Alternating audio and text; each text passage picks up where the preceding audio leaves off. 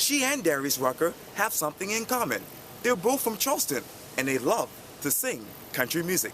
In this edition of Quintin's Close-Ups, I talk with Annalise Morelli. Okay. Well, Annalise, I was scrolling through my Facebook timeline here last night, and actually you posted a video in which your family sang happy birthday to you.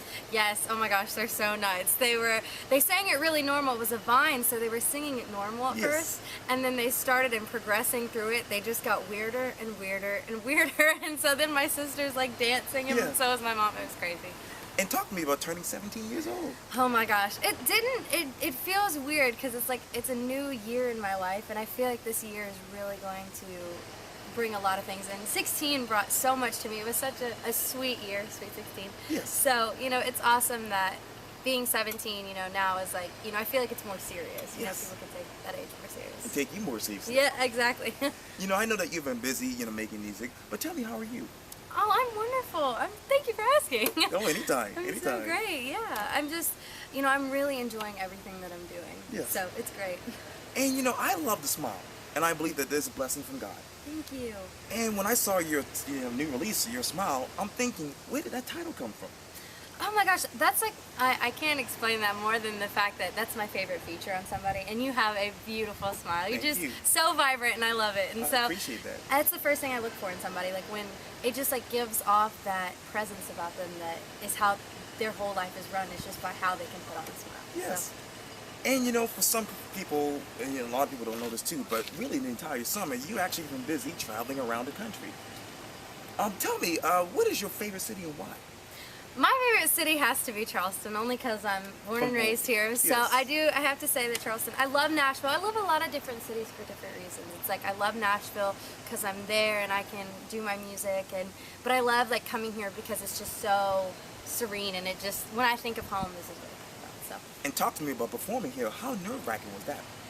Not at all. Really? I don't ever get nervous. I mean, it's just like, it's so natural to me to be on stage and to sing for people. It's like the only thing I know. So for me to be the most calm is when I'm on stage. If anything, I'm nervous in life. Yes. And my understanding too is that you've been really singing all of your life. So tell me, what age did you know that you were a singer? Well, I would have to say I started singing. A lot of people say this, but like I really started singing at like 4. I started going out and doing festivals with my mom because my mom was a singer. So I started singing with her, but what I really did when I was about 12 was I did a lot of musical theater when I was younger. And so I just knew that that was like my calling, that I just had, like, because my whole life I've just been entertaining people, like with what I could do. So I think that for me was the greatest time that I realized that, And I learned too that your family actually captured some of your, performances on video. Yeah. When you look back at that, do you cringe or do you smile? I just look at it as more of like, it's a learning experience because we all go over the videos and we go, okay, we need to fix this. That was great. Do that again. Like we look at it more critically than anything, than trying to. I guess it's more like an editing experience for me. I'm like, all right, I gotta fix that. I can't do that again. So that's kind of how I look at it. And you critique yourself. Yes, exactly. Yes. And also too, I heard that your mom actually was singing the hymn that is, in the kitchen, and you actually started, harmonizing. I did. It was great. My mom started singing the hymn Deep and Wide, which is, I'm 17 years old and I'll still have her sing me to sleep sometimes. Because it's so soothing to me. Like if I'm just overworked about something, she just calms me down, she starts singing, and I love singing that song with her. It's great. And as we talk about, home, obviously Charleston's home for you, put on your memory hat and talk to me about your memories of growing up here. Oh my gosh, well I went to school downtown, actually where we are right now. Yes. I went to school down the street. And a lot of the memories that I have here are just watching, like when you say growing up, it really is growing. Like I did my first musical theater here, I did my first show here, I wrote one of my first songs here. It's like, that's, for me, it's like I watch my life and it all took place here. Like I've lived here for 17 years of my life. I mean, off and on within the past 3 years in Nashville, but I've lived here for 17 years. And speaking of Nashville, what is it like to live there? It's great. It's like I said, music is very tangible there. Like you can get it all the time. If you want to go out at night, like that's something that people do. There's a thing called rounds, and songwriters, hit songwriters will sit in rows and go one by one playing the hits that they've written. Wow. So every night, if you want to go, you're like, oh, I want to go to Red Rooster. Oh, I want to go to Taps and Tapas. I can name them. There's so many that we play at, or you know, you go see your friends at. It's fun. It's very community oriented, so it's great. And Nashville is where you professionally write for B&I. Yes. I'm wondering how overwhelming or humbling is that? Oh, it's so humbling. It's so great to know that, you know, I have people behind me, and that Yes. I have, you know, I love that I have a team behind me, you know, that I don't have to do this like alone. I have such great parents, and I have such great support, and God and everything yes. is so wonderful. So I have a great team behind me. So. And for someone who's 17 years old, what is it like to be a member of the Country Music Association? Oh my gosh, it's so awesome. It's so great because they have literally been sending me CDs because it is CMA voting time. Yes, I'm so excited that, you know, they're sending me CDs of like Brad Paisley, Kenny Chesney, Jake Owen's birthday was yesterday. We share birthdays. Awesome. So I'm getting all these CDs, and they're like, vote for this person, Yes, and I'm like, yes. I get like a little excited because I'm like, oh, I get to decide who wins this year. Yes, absolutely. Well, you know, finish these sentences for me. Studying at the Juilliard School was Exhilarating. It was so fun because, you know, I got to live in New York in the dorms for a whole month. Yes. And that was wonderful because I love to have diversity in everything that I do. You know, like a lot of people that know me go, how did she do Broadway with musical theater? Or, Right. I mean, with country music. Sure. It's like, how did that correlate in any way? But it's a part of me, you know, like and it comes alive in my music. Like when you listen to my music, like you feel the emotions that I have. You know, it's like being live with me. It's like, you know, I've always had to be alive in some form. Sure. So it's like I put on that musical theater piece of me when I'm performing. I'm like, jazz hands. I love that. Attending the South Carolina Governor's School was. Oh my gosh. That was one of the greatest memories because I made so many friends there Sure. and that are probably gonna watch this video because I love them to death. They're so great. They're called Govies, so great. they're actually seniors this year with me. So great. I don't go to the governor's school. I wish I did, but they're out in Greenville in the Yes. school. But they're lifelong friends that I'll have. They're so great, Yes. and I can just pick up wherever I left off with them. There you go. And being involved with the Pottery Barn catalog at the age of 6 was. Oh my gosh, I can't believe you remember that. I forgot about that.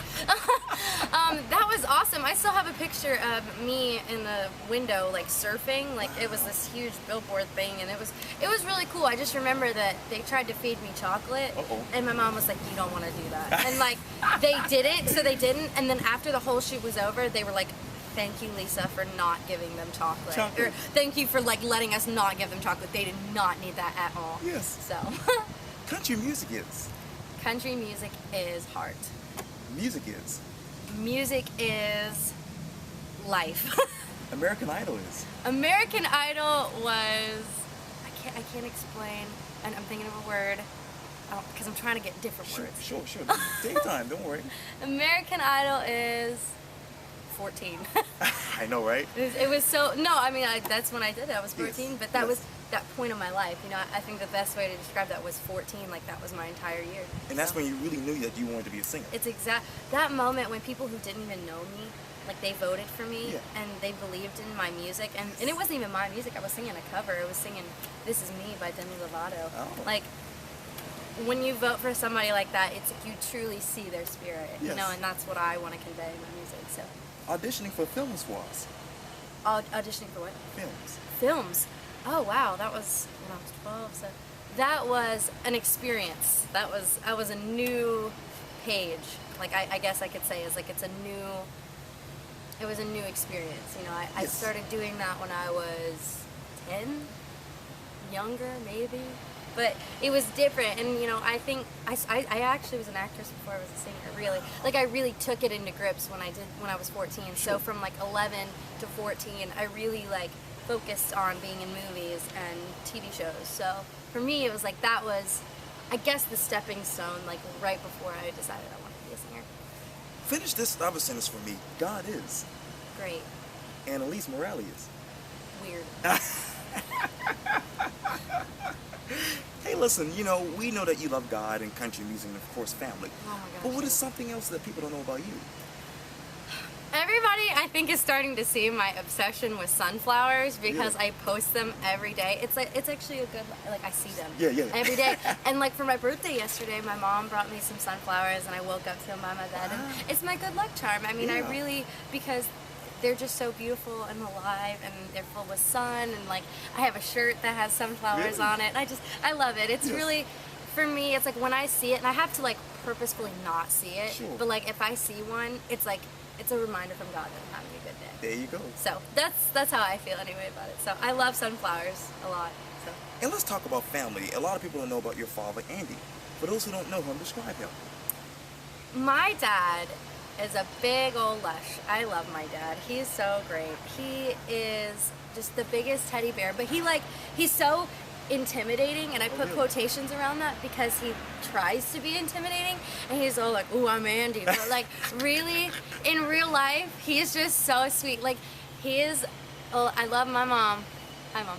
I love you, but my dad is so understanding with everything. When my mom and I are, caught up in a bunch of just, when everything's a mess, my dad is the person who calms it down. My dad is the person who takes charge. My dad is a leader. My dad is so great, and so is my mom. They're both headstrong, and I love it, but my dad's the calm one. And speaking of your mom, she's your momager. My mom is my momager. But beyond that, who is your mom, Lisa? My mom, Lisa, is my angel. Yes. She is so great. She is my spirit. I love her so much. She's the woman who crafted me to be the woman I am today. She's the role model that I had that, she taught me integrity. She taught me respect. She taught me everything I needed to become who I am. And let's talk about your little sister. I'm wondering, what does she think of you as a superstar? She's a nut. My sister is 14. And she's so crazy, and she's just so funny. I love watching her because she has just got this humor to her, and I want her. We all in this family want her to be an actress, but she just I guess she wants to be a cheerleader right now. But she is so funny. That'll pass away. Yeah, I hope that she just becomes an actress because her wit is just hilarious. She just has such comedic timing. It's great, and so. For her to think of me as a singer, I love it because I feel like she thinks of me as a role model, and that's what I aspire to be for everybody, is to be a role model because, if you're not doing that, then what are you doing? Yes. You're supposed to inspire others, and that's what I want to do with my music. So if I can inspire anybody on this earth, it should be my sister. So you are living in Nashville, you're writing songs, and you love God and country music, but what's the next step for you? What do you want to do next? Well, next for me would be starting to do a tour. I mean, we're doing a lot of local southeast stuff, but I would really love to get on a radio tour on. You do it.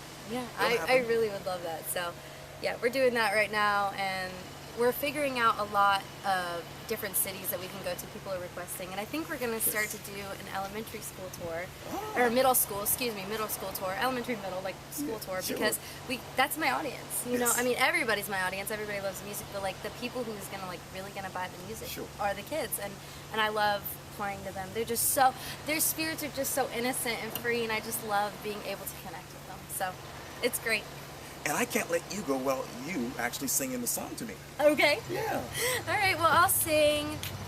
Let's see. I'll do You Never Forget the Crazy. This one's on iTunes. Oh, and great. You guys can catch a lot of my stuff. If you want to find me, actually, you can find me at my website, which is annalisemorelli.com. Twitter too. Twitter too. I have been tweeting like crazy about this. So Twitter too. Everything that you want to find is on the website. So, I mean, if you want to find what my real Twitter is, because obviously I'm not verified, but if you want to find my Twitter...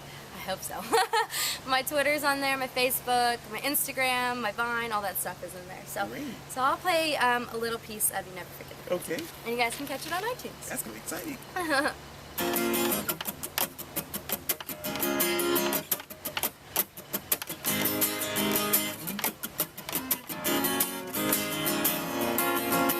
He's the kind of guy who shows up out of the blue just to say hi. But he's really totally up on you. It's all eyes on him, and here he goes. If I even try to smile at another guy, he loses all control. Ooh, single thing that made me fall. I forgot about the sunsets, I forgot about the first kiss. Were they daisies or were they roses? I'm not remembering, but I remember those late nights when you called to pick a fight. You were so possessive, I love my lesson, you were my one regret. That I wish I could forget, that I wish I could forget. I wish I could forget you, baby, but you never forget the crazy. Yeah, yeah, yeah. You never forget the crazy. That was awesome. Thank you. Thank you. That was awesome. I love that. Thank you so much. Hey, this was great. I enjoyed talking to you. I had so much fun today. Thank you so much. Thank you anytime.